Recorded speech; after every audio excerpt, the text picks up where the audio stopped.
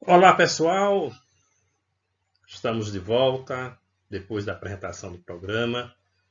Nós teremos nossa primeira aula com esse texto que eu vou dividir em 3 videoaulas.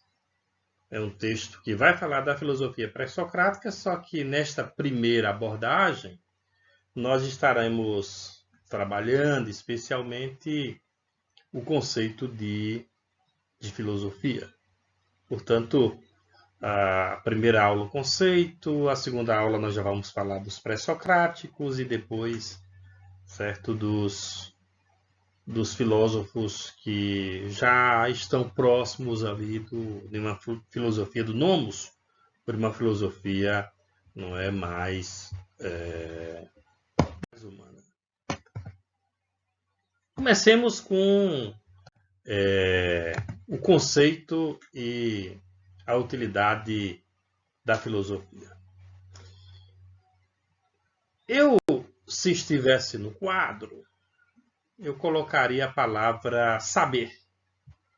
Começaria a falar da filosofia com essa palavra, saber. Por quê, né? Porque nós sabemos de muitas coisas. Nós sabemos, por exemplo, como diz aí o slide, que se a gente colocar o dedo na tomada, a gente leva um choque. Eu sei, por exemplo, que se colocar a mão no fogo, a mão queima. Nós temos saberes de muito tempo. Desde quando a gente é gente, nós vamos aprendendo muitas coisas. Portanto, nós sabemos. Vocês sabem de umas coisas, eu sei de outras coisas, eu sei coisas que vocês sabem coisas que eu sei. Ou seja, o saber, ele é inerente ao ser humano. Portanto, não é? A filosofia também vai ser um saber. É diferente desses saberes que eu falei para vocês. Não é? Eu falei de saberes muito práticos, de saberes que, de certa forma, nos ajudam na sobrevivência no cotidiano. Mas a filosofia tem um saber que nós vamos dizer que é um saber indispensável. Ou, não é como tem aí no slide, a palavra relevante. É um saber relevante. E eu diria para vocês que é um saber mais do que qualquer outro tipo de saber. Daí, uma segunda palavra que é importante, depois do saber, é a palavra porquê. Aliás, eu escreveria no quadro, e se vocês estiverem com um caderno, escrevam 3 palavras aí no caderno de vocês, nas anotações. A palavra saber, a palavra porquê e a palavra para quê. 3 palavrinhas chaves. Por que a filosofia ela se coloca como um saber relevante? Ou um saber muito mais importante do que esses saberes? Saber que o fogo queima, saber nadar, saber plantar ou saber fazer vestidos. Por que é relevante? Ora, é relevante porque eu preciso saber por que eu sei. Eu preciso saber porque eu sei. Por que eu sei que o fogo queima? Por que eu sei fazer vestidos? Porque eu sei. E esse porque eu sei, em tese, ele deve vir antes. Ele deve ser o motivador. Aquilo que vai fazer com que você haja. Para que você tome a atitude. Para que você estabeleça a ação. O porquê vem antes. motiva, me anima, me coloca em posição de ato. Mas tem a outra palavra. Eu sei por alguma coisa que me motiva. Mas essa coisa que eu devo saber, que eu sei, ela deve me levar para algum lugar. Para que eu sei? Se o porquê vem antes, o para quê vem depois. É o fim que eu quero atingir. Percebam a importância da filosofia. Em tese, todos nós, em tese, deveríamos saber por quê e para que a gente sabe. Se a gente não conseguisse responder essas duas perguntas, como seríamos mais exigentes com a nossa vida, com o nosso dever? Vocês sabem por que estão fazendo direito? Vocês sabem por que escolheram esse horário da aula? De manhã, de tarde ou de noite?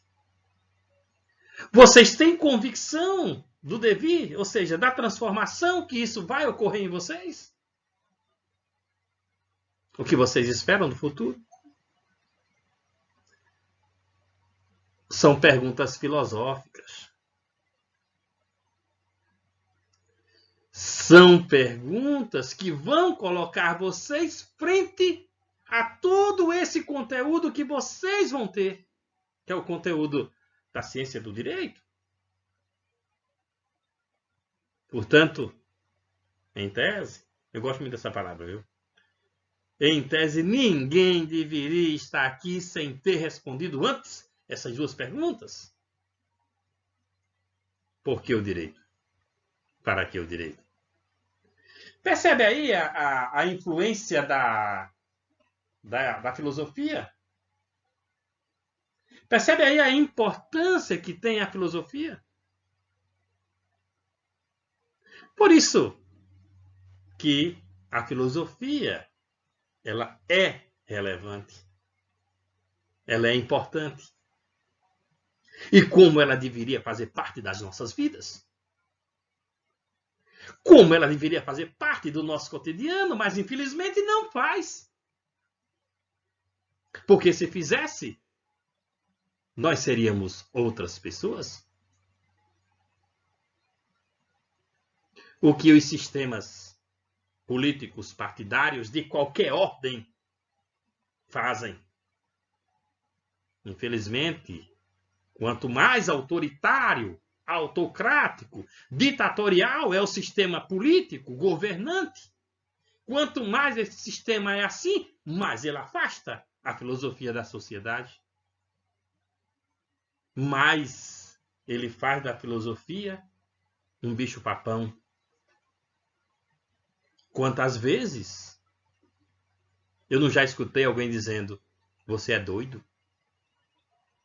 Por que será, não é? Que a gente sempre vai relacionar loucura à filosofia. Loucura ao filósofo. Por que será? O que é que tem por trás desta tentativa de relacionar loucura à filosofia? Perceberam? Eu não sou doido. Não sou doido. Como o próprio texto vai dizer, a filosofia, como é o lugar do combate, do embate, da reflexão, eu sou crítico.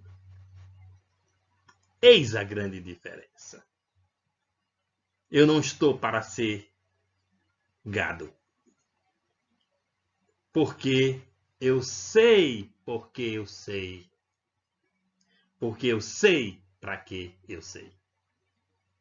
Então, Primeira reflexão, nesse primeiro slide, a filosofia é um saber. Porque nos indica o que nós sabemos. A filosofia é um saber relevante porque nos indica a direção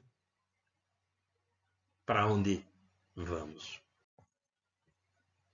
Então, filosofia tem no seu sentido lato uma ligação que se percebe como sendo do mais relevante possível, relativo às coisas mais fundamentais.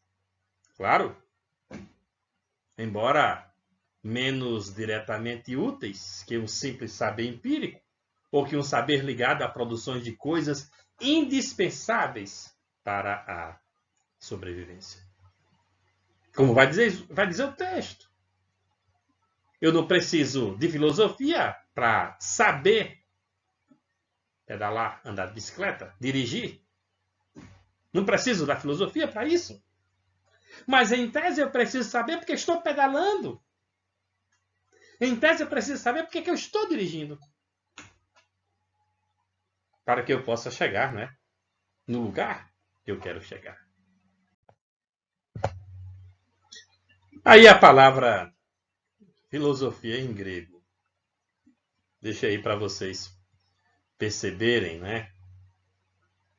E vamos para a origem da palavra. Na origem da palavra, eu gostaria que vocês anotassem uma palavrinha-chave. Essa palavrinha-chave é amor. Que pode ser amizade, pode ser amante. Está aí no início do slide, falando da origem da filosofia, com as primeiras letras, formando a primeira palavra. Philos, amigo. E acho que vocês já devem ter tido alguma amiga com o nome de Sofia. Sabedoria. Amigo, amante, amizade, relação afetiva. Afetividade. Amor ao saber. Relação intrínseca de paixão com a sabedoria. Claro, certo? Que essa relação intrínseca de sabedoria é uma relação especulativa, como diz o próprio slide. O que é? Que é isso? Por que é isso? Para que isso? Esse tipo de sabedoria tem lugar de origem, não é? Sistematicamente. Como está dito, entre os primeiros povos, primeiros não, né? Entre os gregos que foram os primeiros povos a cunhar o termo e explicar, não é, o termo. São os povos ocidentais. O autor lembra, eu acho muito importante, não é? Quando o autor lembra, não é, ele lembra aí, eu vou até marcar para vocês aqui, porque é importante. O autor lembra que todos aqueles que especularam de forma racional, e aí eu queria que vocês, no caderno de vocês, escrevessem outra palavra que é chave, que vai nos perseguir durante todo esse curso, toda essa disciplina. Razão. Razão.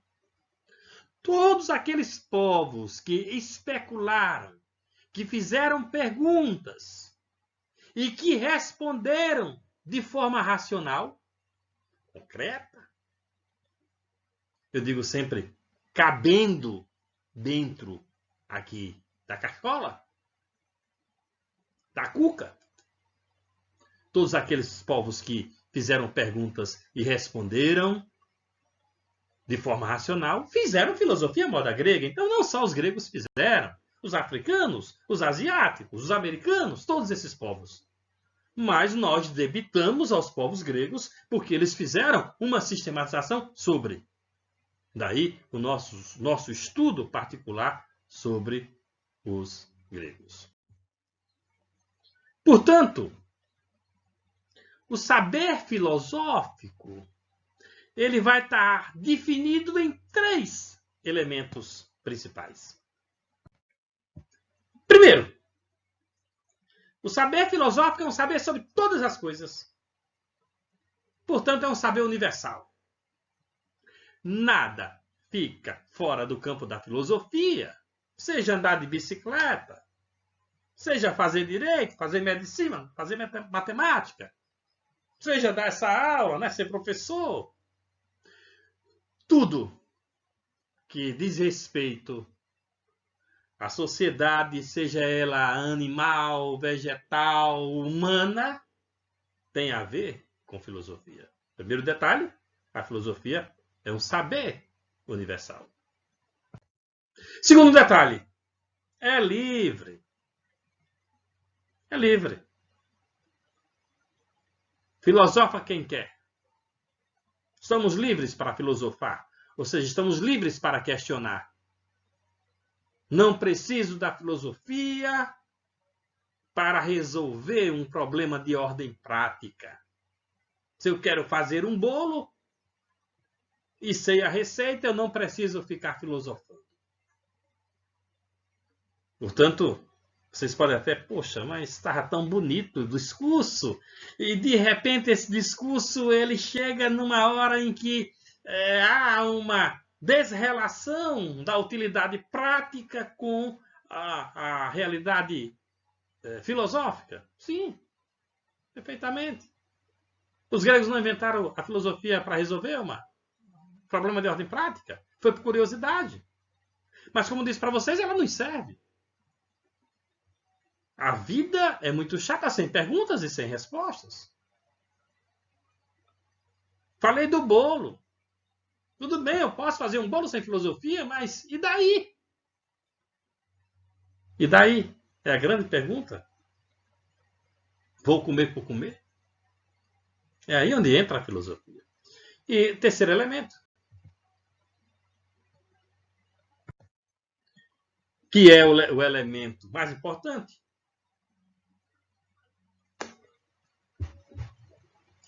É o chamado saber pelas causas. Saber pelos porquês. Palavrinha que eu pedi para vocês anotarem no caderno.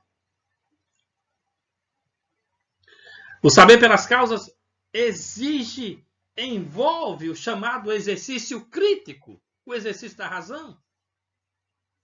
Portanto, a filosofia é um saber crítico. Um saber que vai fazer você pensar, ruminar, buscar perguntas, mas não só ficar nas perguntas, e pesquisar e investigar as respostas. Portanto, é um saber crítico.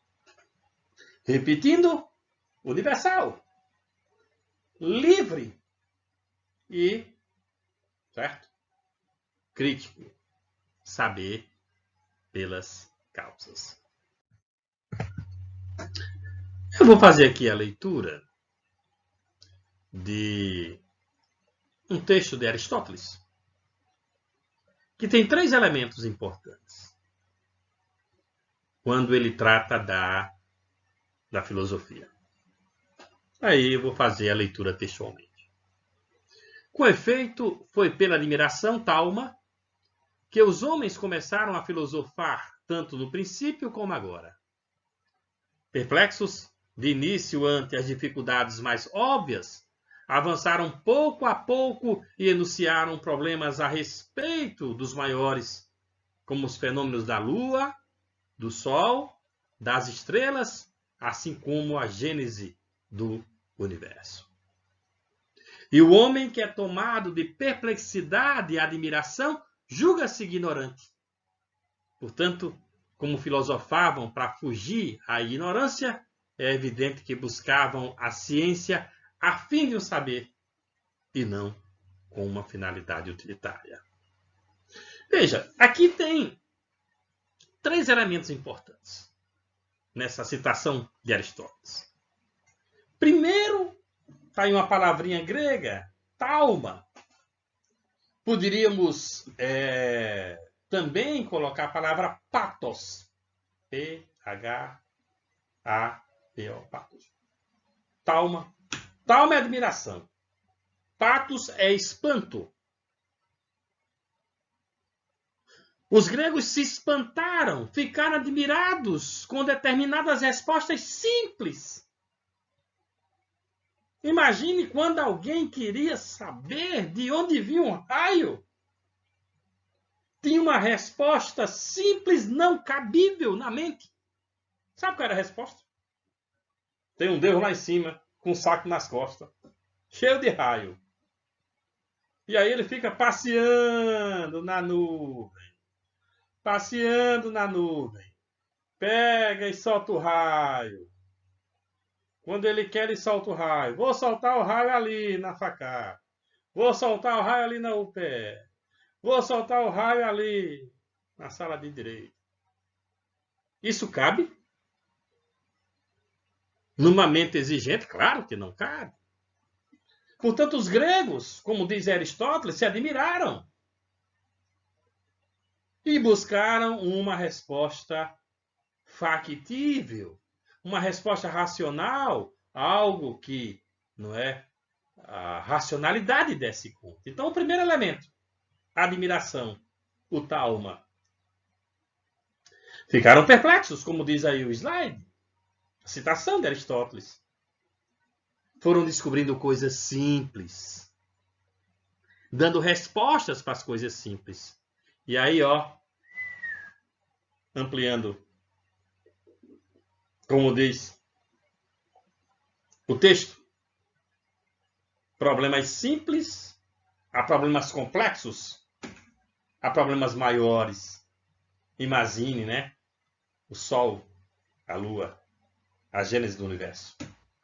São maiores do que o raio. E claro, fizeram aquilo porque se sentiram ignorantes. Ou seja, o que é ser ignorante? É não saber. E filosofavam, portanto, para fugir à ignorância.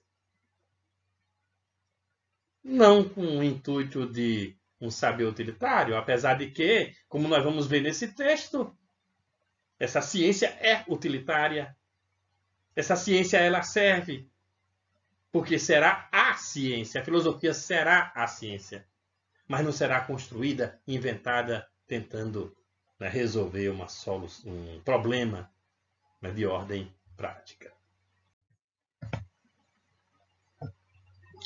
E aí, o espanto, o tauma, o pathos. A filosofia começa, pois, quando algo desperta nossa admiração.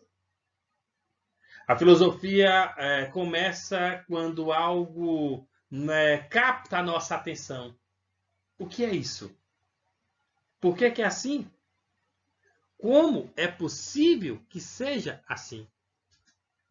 E essas coisas que captam a atenção nos interroga, exigindo da gente uma explicação. Por isso que a filosofia ela acontece. Eu vou passar para vocês, no final desse slide, quando eu falo da admiração, quando eu falo do espanto, um vídeo que é de uma série que passou no Fantástico, Ser ou Não Ser. E aí vocês vão perceber, como corrobora com essa descrição que nós estamos fazendo. Assistam ao final dessa aula o vídeo da série Ser ou Não Ser e do espanto que um sertanejo migrante que sai da Paraíba vai para São Paulo e chega lá se encontra com um mundo diferente. E aí a filósofa Viviane Mosé, ela vai, com este fato, ela vai explicando a origem da filosofia. Espantar-se diante das coisas, interrogá-las, é próprio da condição humana. Nós sempre estamos nos espantando, nos interrogando. Qualquer cultura, por mais primitiva que seja, tem desde sempre um arsenal de respostas. E claro, não as explicações são das mais variadas, ou as respostas são das mais variadas. Não foram os gregos que fizeram as primeiras perguntas, tipo, quando surgiu o mundo? Quando surgiu o fogo? O que é o fogo? Por que é que ele queima? De onde vem o trovão? Não foram os primeiros. Primeiro, não foram os gregos que fizeram essas perguntas. Foram outros povos. Claro que eles responderam. E aí eu posso responder conforme os meus avós e os meus pais respondiam. No que a gente chama de respostas da tradição. Os povos podem criar mitos, lendas, para responder. Os índios são repletos de lendas como respostas às inquietações da própria sociedade que eles viveram. E, especialmente, por exemplo, a religião. A religião, né? A cristã, por exemplo, tem um livro que fala da criação. Ali existem respostas sobre como o homem veio à Terra, de que forma. A mulher, não é? E Deus fez o homem do barro. Da costela de Adão fez a mulher. Isso é uma explicação dada pela religião. Os gregos, esses filósofos, eles não se contentaram com esse tipo de explicação. Muito simples. Imagine, né? Eu sempre conto essa história aqui. Eu tenho medo de ir para a Ilha do Fogo, porque lá na Ilha do Fogo tem uma serpente amarrada com 3 cabelos de Nossa Senhora. Já quebrou 2. Aí eu não vou na Ilha do Fogo, porque tem uma serpente amarrada lá. Essa história existe. Às mentes não críticas, haverá a crença à história. Mas não cabe naqueles que utilizam a razão compreender ou aceitar que, de certa forma, tem uma serpente amarrada com cabelo de Nossa Senhora. Imagem. Não é? Mas é uma resposta? É. É uma resposta.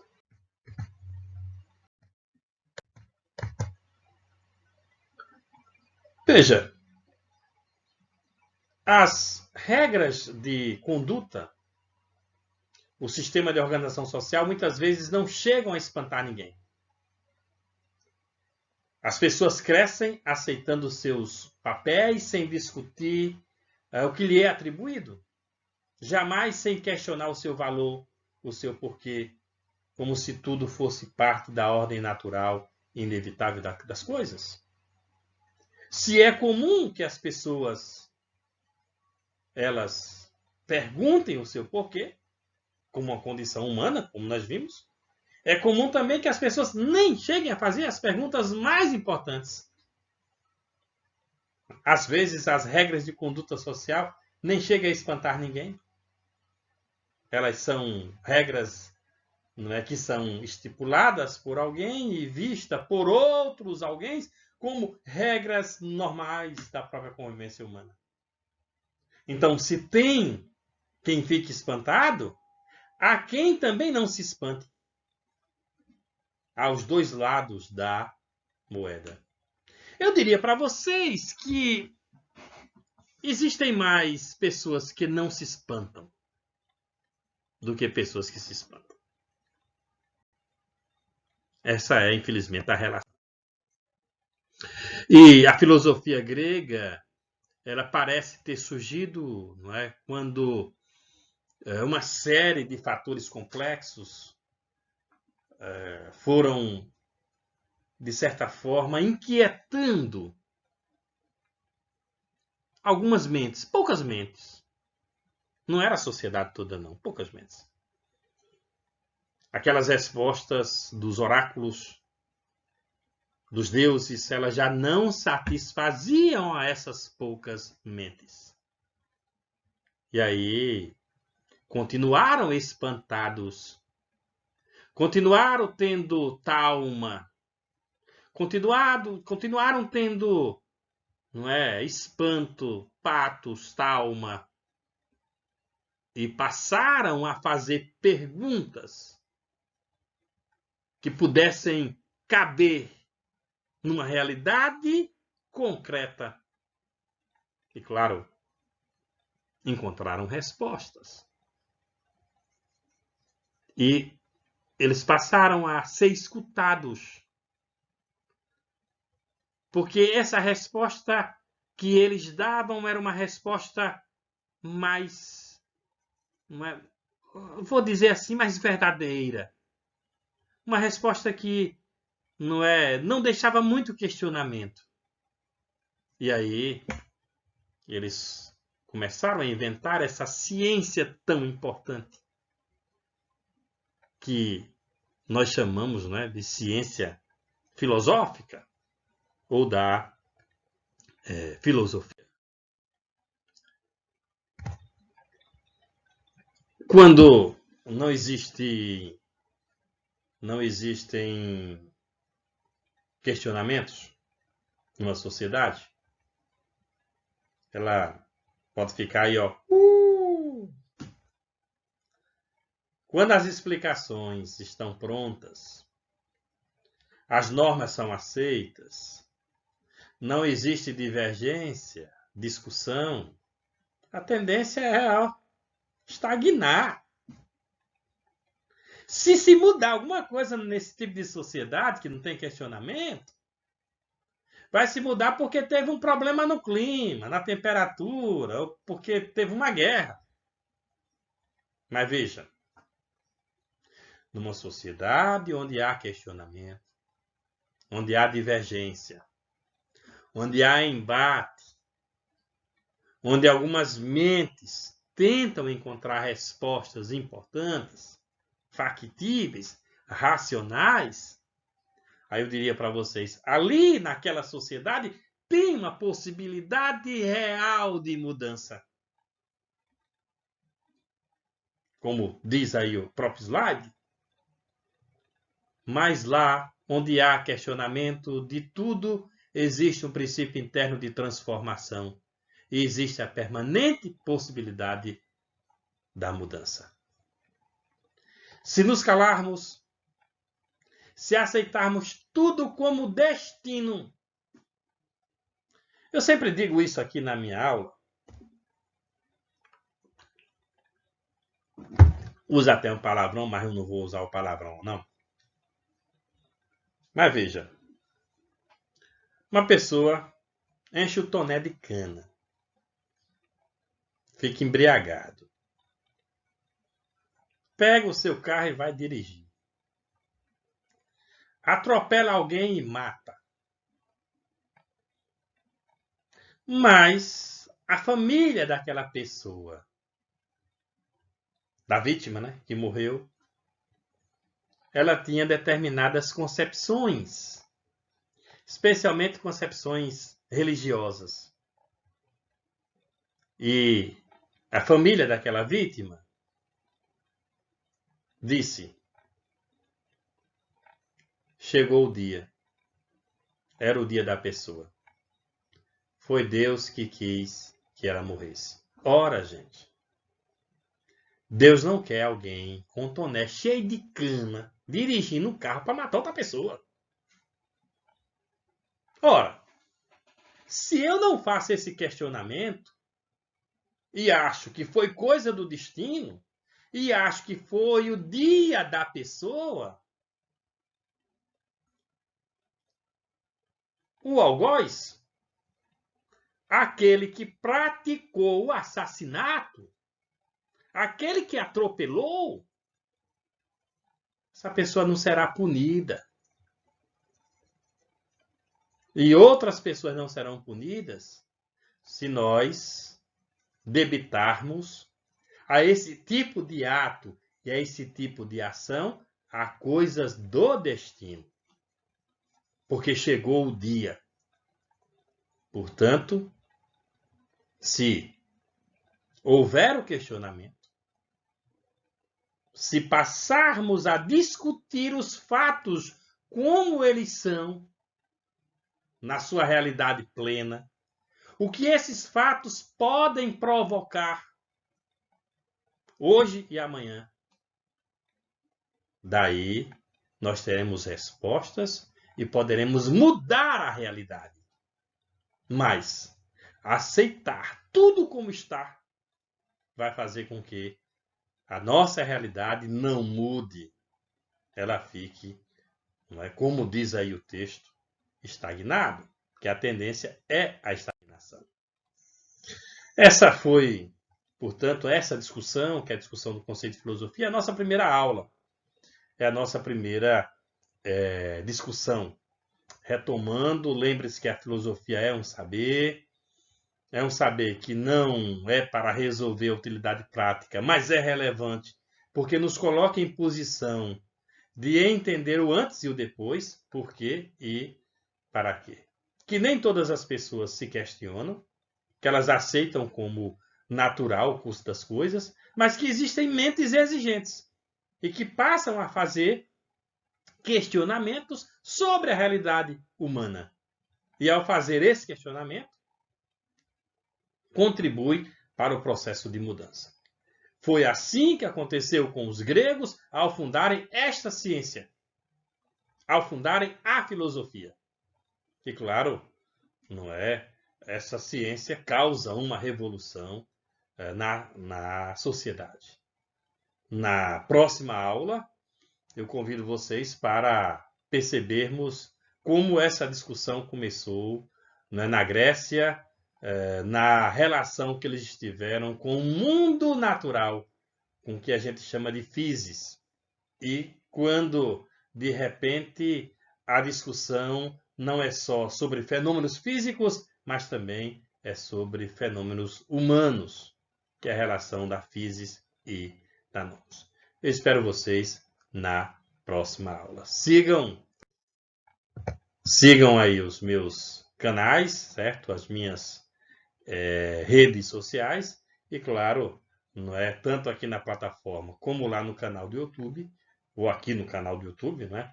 Nós estaremos à disposição e, claro, a aula estará disponível para que vocês possam ver muito mais do que uma vez. Muito obrigado pela aula de hoje.